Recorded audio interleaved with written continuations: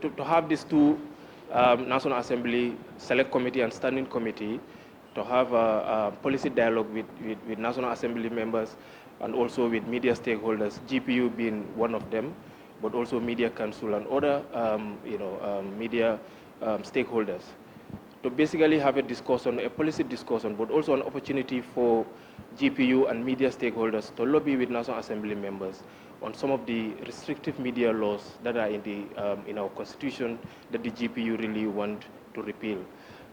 We understand that there is a communication bill before the National Assembly committees that we want the media stakeholders, GPU, to actually have a discussion. We know that if committee bills are under the armor, before the committee, National Assembly members cannot discuss maybe the specific and the position of the committee, but to listen to the media stakeholders, have a discussion around it, have a lobbying and see what the National Assembly members, to basically influence their decision.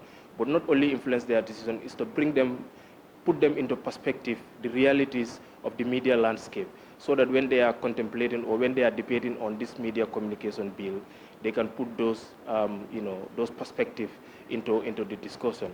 So basically, that is the purpose of this dialogue. We really thank you for being part of it, and also just before going forward, I would just also like to thank and also have Honorable Madi M.K. Sise, who will give the opening statement on this, but also we have the GPU Secretary General Modou Diouf that will also take us through some restrictive media laws and some of the things that they think the National Assembly can do, but also have a presentation on the communication bill and some of the opportunities that they think can be improved on the communication bill. So without further ado, I would like to welcome Honorable Madi M.K. Sise to give an opening statement. Thank you so much.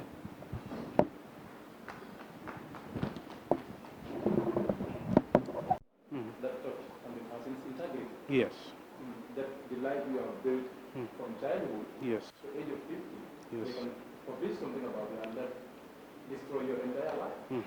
That is also dangerous. Yes. And nobody has right to do so. So. Right? In as much as you have right to publish, and at the end of the day, that touches on my integrity.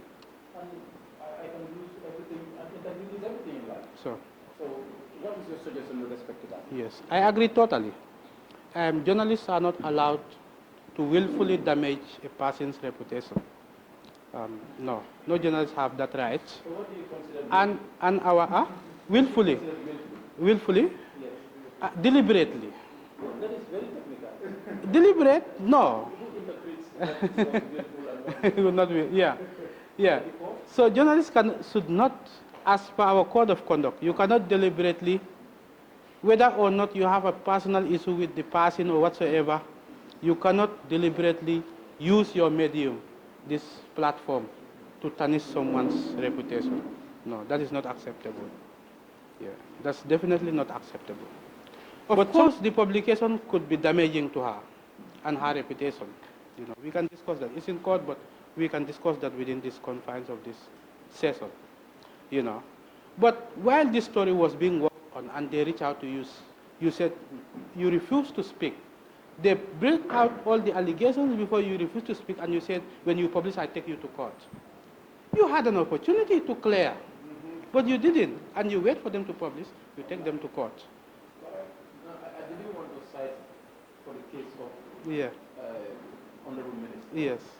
Just giving that as an example. This question has been asked only for okay. severally. Okay. Right? But civil matter, rather than it becoming a criminal matter, right? And then, for journalists, we also have our code of conduct. We have to verify.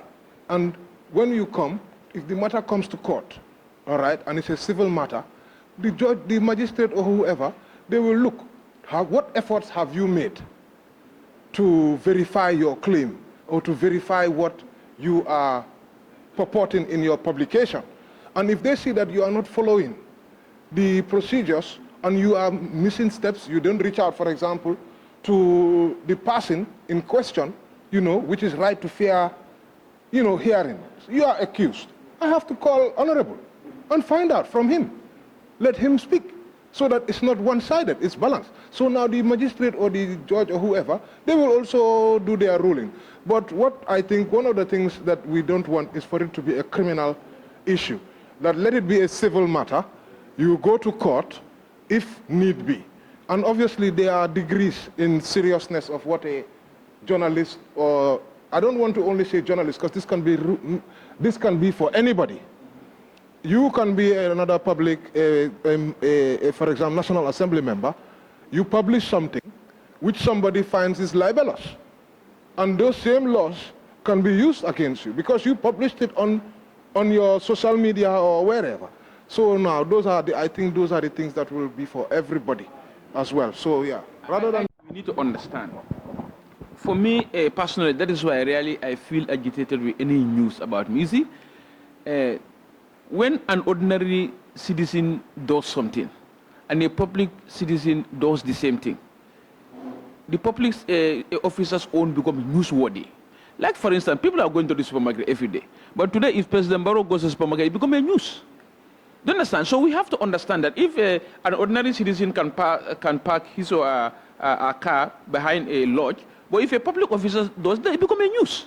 So I think we need to differentiate. Anything we do is newsworthy. Anything we say is newsworthy. So we cannot want to treat ourselves like if we are ordinary citizens. I think we need to understand that, please. But the law cannot do that. The law cannot operate like Sorry. In the eyes of the law. No, it's newsworthy. What is newsworthy is very important for journalists. Anyway, yeah, in as much as we are here to protect the journalists, the life of ordinary citizens also should be protected. For example, as he rightly said, I'm a citizen, no matter of my position, but I have privacy, I have right to my private life. For example, as he rightly mentioned, I park my car somewhere not far from the lodge. All of a sudden, you have to take the photo of my or the picture of my number plate. That Mr. Honorable Kimo Kasamaro has been seen somewhere around this node. We suspect that that's my private life. Why should they not go extra mile to investigate what I'm doing somewhere around that end? I feel that in as much as of course I know my position is different from some people's position, but privacy should be respected. And the way I'm seeing this country, people are now going too extra mile into people's private life. That's uncalled for. And most of the time, I'm not saying all the time it's journalists, but journalists are also not found doing such. Thank you. So I want to ask this question. When actually that is not truth, I become so mad about that. I think journalists, whatever news they're going to take it, before they publish it, it should be accurate. That should be accurate. That is very, very important. Yeah, that's the only thing that I'm fear of. Of public officers. When any issue pertaining to the public office, I fervently agree that should be disclosed. But as an individual, at your family level, you have a degree of privacy. But one thing, if you look at this other one, if something has been flagged, a public officer, it's a duty incumbent upon you to come on board and make it clear. And if you refuse to do that, people, because the absence of information, people can speculate. And that speculation can lead to anything. So that is why, to an extent, journalists need to be protected. But as far as you flag this issue, what other alternatives do you have in the case of when the public officer refuses to make a comment? What other alternative before you end up going in for a defamation suit against the individual? You see, I think as much as we want media freedom and expression, those who are also pursuing for journalism, it is incumbent upon them absolutely to also publish something that is very accurate. Because, for example, let's look at that policeman officer who was on duty for the whole state. A driver came and the policeman pursued that guy, asked him verification of documents for that particular vehicle. The driver did not even not stop at ignoring the police officer, but to clip his hand on the window windscreen, and then in fact try to run away with him. In fact, he ran away with him. Yeah. So newspaper, online media started covering very wrong perception against that police officer. I am a keen follower of Watson Gambia, PYFC, and so on and so forth. I follow them, and I in fact, comment very much on them. People were commenting that that police officer is reckless. He didn't know his duties. When those people, those online TVs who published that, never made a follow-up as to how this driver was, how was this police dragged and pulled on this vehicle. But thanks to the